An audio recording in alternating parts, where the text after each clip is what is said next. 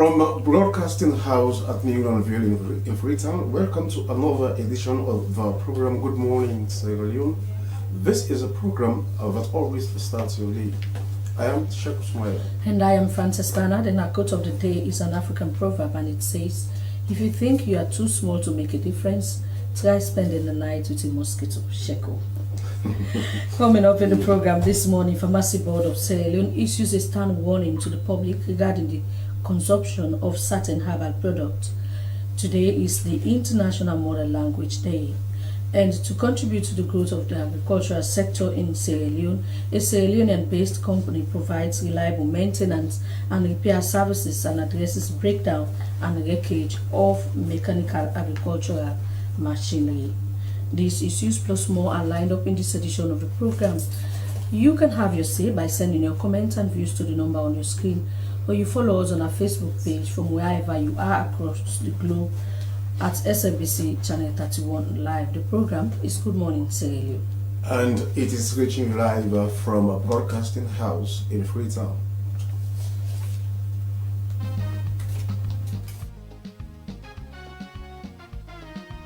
Back, and our program you're still watching is Good Morning Sierra Leone, live on the Sierra Leone Broadcasting Corporation television. Well, it is no gainsaying that the problem of drug abuse and misuse, especially Kush in Sierra Leone, has become a national security concern that needs concerted efforts to address as the matter of urgency. This appalling situation has not gone unnoticed by the government, which has declared the menace a state of public emergency. But what more is government doing to ensure that the issue of Kush is addressed across the people? Well, in the studios to talk more on this is the Minister of Social Welfare, Melrose Kamenti. Good morning, Madam Kamenti, and welcome to the program. Good morning. Now, it is no gainsaying that Kush is causing havoc, especially among the young. Young people are dying every day as a result of the abuse of Kush. And government has taken it very seriously, describing it as, a menace, a societal menace. Now tell us, what more is government doing to ensure that the issue of Kush is addressed? Thank you very much. Let me just make a quick correction. Government has not declared it yet as a public state of emergency. That could only be done by His Excellency the President. What government has done is to try and put the situation under control by working with all stakeholders, in particular the interministerial and intersectorial approach. His Excellency the President and the Cabinet are very concerned that in a Cabinet meeting, His Excellency had said that the victims should not be criminalized. However, those who should be criminalized are the perpetrators. That is those who are trafficking it into the country and also selling it.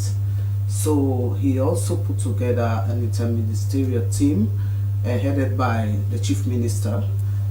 We have been working together. Our Ministry, Social Welfare, the Ministry of Internal Affairs, Ministry of Health, Ministry of Information and Civic Education, and the National Drug Law Enforcement Agency. There are other ministries that are also coming on board: the Ministry of Basic and Senior Secondary Education, the Ministry of Higher Education, and then Ministry of Labor. So every one of us have a key role to play in addressing this very urgent. I also refer to it as an urgent situation because it has the potential to wreak some havoc on the country, because we know that the youthful population make a huge number. The youth make a huge number of our population, and if they are into drug and substance abuse to this magnitude, then I'm afraid we all really need to not only raise awareness but also take some measures that can address the issue. So what are some of the measures, Madam Kamenti, what are some of the measures you're thinking of? Because the thing is, In as much as yes, those who are abusing the Kush itself should not be punished. That is, the position of government. Instead, they should be rehabilitated, and rehab centers are yet to be established. So, and you've just alluded to the fact that it is an urgency. It is a matter of urgency. So, what are the immediate measures have you put in place? Thank you very much. As I started, we have an interministerial and intersectorial approach to the whole process, and we started immediately. We have had series of engagement meetings, both in State House, in my office at New England V here, with key partners, and we have put together a plan, one of which is to do a robust community awareness, raising and sensitization. And for some of you who have been following the news, you would have seen the National Drug Law Enforcement Agency, the director there, Executive Director, Mr. Jaya Kaikai. You would have seen him, and our team, social welfare, with the team of social workers and the Ministry of Health, the psychiatric teaching hospital, and nurses who have all been in these communities to really first and foremost assess the situation. And we were shocked that the situation in some of these communities are far more than what we even see on social media. So we have been engaged in different communities. We've started with 10 communities first, but we're even overwhelmed. Okay, so what we have now decided as another step is to assess them, and then government is taking a quick action plan to rehabilitate them and reintegrate them back into society. So now, as we speak, we're about tomorrow to open the first government-supported rehabilitation center at the PMTC in Hastings. So, Madam Minister, you said you've been in different communities. Being to those communities, the other day we have one of your directors in the ministry who was here talking about some of the findings from these communities you are talking about. If you are to assess now, because he was saying some of them, you only have the facility that you'll be opening tomorrow, we only cater for 200 people. And you and I know that the young people taking this Kush is way above 200. Yeah. Some of them I'm not sure whether you even have place for them in the rehab center, because when you look at them, you say, as we say in a local parlance, you say this na die no one really waits for, because of the situation they find themselves. Okay. So that facility you are talking about is way below what we are witnessing today in Sierra Leone. Yeah, what I will say to that is the fact that that step is a first step to show first and foremost government's commitments. Government's commitments, because you and I know that we didn't have a government-led rehab center. So because of this, government is taking that first step, and we don't work in isolation. We have development partners that are key, that are interested in supporting this process. But normally what they do is to look at the government, which step the government is taking before they can come in. So government's commitment is to take the first step and give a seed money, which is way below. You understand what I mean? But at least this shows the commitment of government to say, this is what we want to do to save our young generation. The potential that this Kush and drug and substance abuse has in this country is, as I said, it will wreak havoc, and it will even undermine the development gains we have made. It also has the potential to seriously undermine the 5 big game changers. So stressing on the urgency to treat this whole menace we are talking about in our society, just begs the question that we don't only have youth in the western area that are taking these drugs, because it's not one, and you also have some in the region who are also involved in this. And just now you said you are focusing on those that are importing or trafficking this drug, but are you aware that our brothers and sisters have some things that they put together for themselves just to get them to where they want to be. And that's also a concern, because some of these substances, you don't know where they get it from, but they put it together. Is it concoction or whatever, just for them to feel how they want to feel? It really saddens my heart, me as a Sierra Leonean in the first place, and as a government official, the fact that people are abusing themselves in that manner and on that magnitude. It's a call for concern, and I believe that every one of us, including you here at SLBC, have a role to play in terms of raising the awareness, in terms of sensitizing people about the serious harm that this is causing, because even in those communities we saw people with serious sores.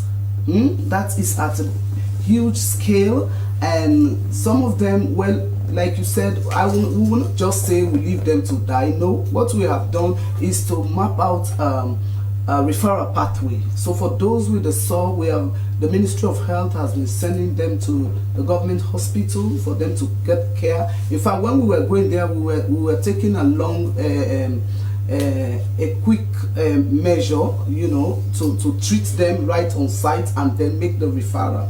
So for those ones, they are also taking care of them. But the magnitude of this thing is so scary, even because they are dying. But do you know and that this is some the time we should hospitals, step in to save some lives. doctors are refusing to treat them just by saying, not only send you for go take this. I went to Connaught the other day, and they were more than 50. They are waiting to be treated, and they were just. This is why we are, what we're about to do by opening the rehab center is also a form of raising awareness, so that people know that something is happening that needs urgent attention. And the fact that it's an interministerial and intersectorial approach, the Ministry of Health, you and I know, also has a very key role to play. And the Minister of Health himself will be there, and he will have to tell the public about some of the measures that the Ministry of Health is taking. Okay, now, Madam Kambati, let us talk about now. A rehab center is going to be open, yes, and tomorrow. But then after the rehabilitation, what next? Good. Because they are going to reintegrate into society, and the Kush is still coming in, and there are people making money out of it. And besides, they are not coming from the sky. They have coming right from, these our borders. So what are the measures, to really run after those who are importing, bringing Kush into this country? Excellent question.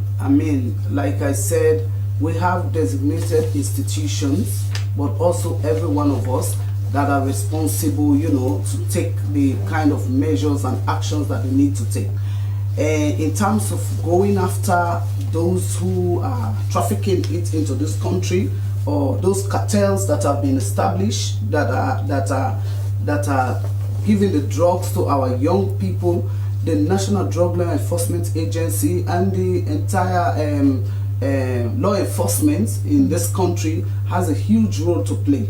And I believe that they should step up their game. But again, it boils down to resources, which is why we are calling on our partners to come on board and support us, because even they support every development program in this country. If this issue is not addressed, if they don't if every one of us do not pay attention to this issue, it has the potential to undermine all of what we are doing, because the very people we are trying to protect, the very people we are trying to develop, they are the ones that are affected now, the youth, the ones that are taking over after us when we shall have left. Okay, thank you so much, Madam Minister. She is the Minister of Social Welfare, Melrose Kamenti. Well, she was talking to us about measures that have been taken by government to address, this menace, the misuse or the abuse of drugs, especially Kush.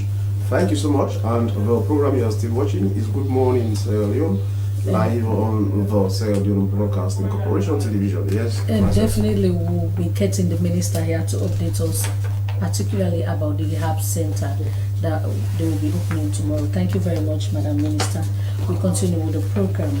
The Pharmacy Board of Sierra Leone, under the Ministry of Health, has issued a stern warning to the public regarding the consumption of certain herbal products The cautionary statement specifically mentions popular items such as Coco Samba, Agave, Good Time Natural Herbal Formula, among others, claiming to boost energy for men. The pharmacy board previously expressed concern about the safety and quality of Coco Samba, citing preliminary tests conducted in their laboratory. The public was advised to refrain from using the product until further confirmatory tests could be conducted in collaboration with regulatory authorities in the sub-region. The Pharmacy Board of Sierra Leone, which was established through an Act of Parliament in 1988 and reviewed in 2001 to regulate pharmaceutical products, medical devices, cosmetic chemical substances, and food dietary supplements and herbal products, the practice of pharmacy, and any other matters related thereof. Well, in the studio with us this morning, we have the HOD, Complementary and Alternate Medicines Department, Pharmacy Board, Dr. Bomo. Good morning, Doctor. Welcome to the program. Thank you. Good morning. So, Doctor, what took you so long to know that Coco Samba is harmful to our brothers? Because you and I know that this drug, most of those who are taking it are the men. So, what took you too long? Okay, so I will not say it took us too long. Work have already started on this work before the publication started coming out. We've been receiving concerns, comments, complaints from different quarters. So we did collect samples ahead of time to run the sample, to run the analysis in country. So on completion of the test, we were able to come up with a particular product that we thought it was an adulterant in this Coco Samba. So in that light, on the 29th of November, we did issue a press release initially advising the general public to stay away from this particular product, as the pharmacy board cannot guarantee the safety or quality of this drug. Now that's step one. The other step is that we need to do the actual confirmatory test. For that, we need to send to other regulatory agencies. So for us at the West Africa sub-region, we have a network of regulatory agencies which we collaborate with. We have an MOU with the Food and Drugs Board of Ghana and also an MOU with the NAFDAC. That's the National Agency for for Food and Drugs Control in Nigeria. So after the preliminary assessment, we did issue a press release, and in that press release we did promise that the moment we have the confirmatory test, we'll get back to the general public to inform them as to the final decision. So over the weekend, we were able to get an advance copy, advance information on this. So we went out on to the general public through the media to inform them that we have received the confirmation. It contains sildenafil, which is an aphrodisiac. So maybe you need to break that down. Yes, I will do my level best to get it down for everybody to understand. So it contains sildenafil, with a strength of about 193 milligrams.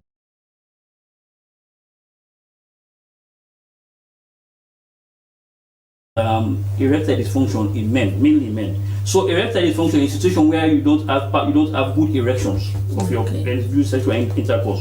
Some have weak erections due to other conditions. So to treat this particular condition, people take sildenafil for this particular condition. Okay. Now the issue we have with this particular product is that it contains this product, but it is not on the label. So people are consuming this product for other indications for which they are not aware that they are taking sildenafil. And the concentration in this one is very, very high.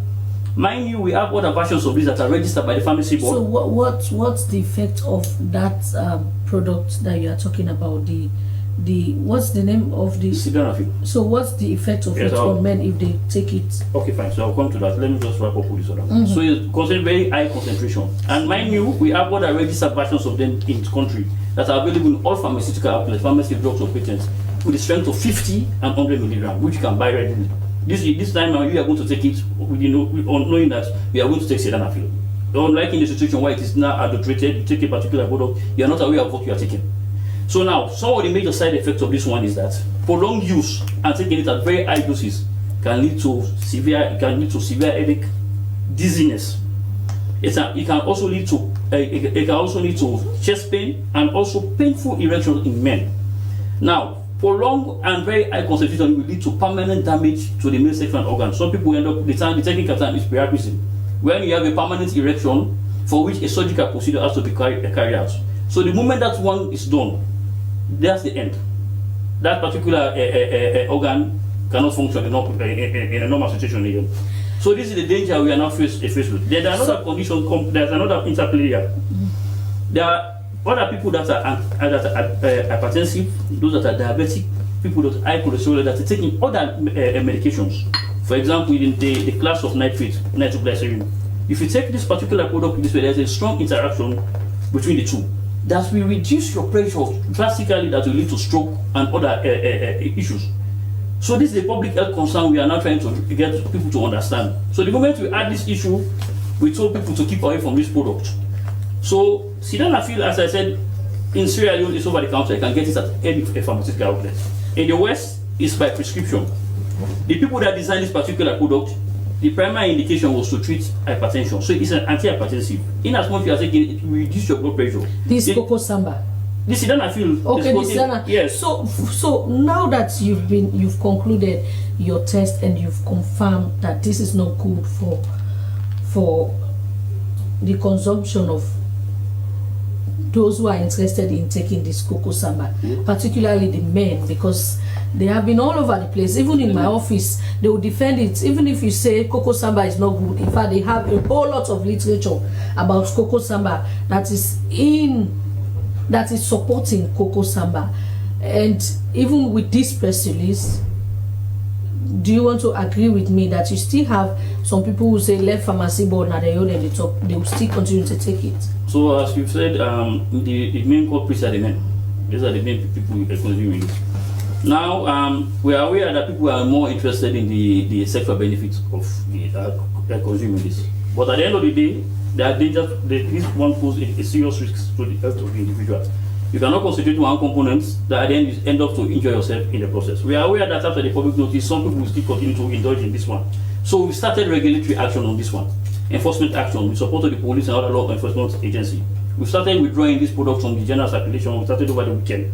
As I speak, work is continuing in other parts of the country and it's going to continue right across the Freetown. So we need the support of the general public for us to assist us in getting this product out of the market. So we are asking for information for where we can have this product that are being stored in very high quantities. Then you give us information. Sheku, you guys have been accused, so maybe you want to help. Well, not every man is interested in Coco Samba. The thing is now, Dr. Komo, yes, now you are saying that enforcement actions are now being taken. But the thing is, we still see Coco Samba, all over the place.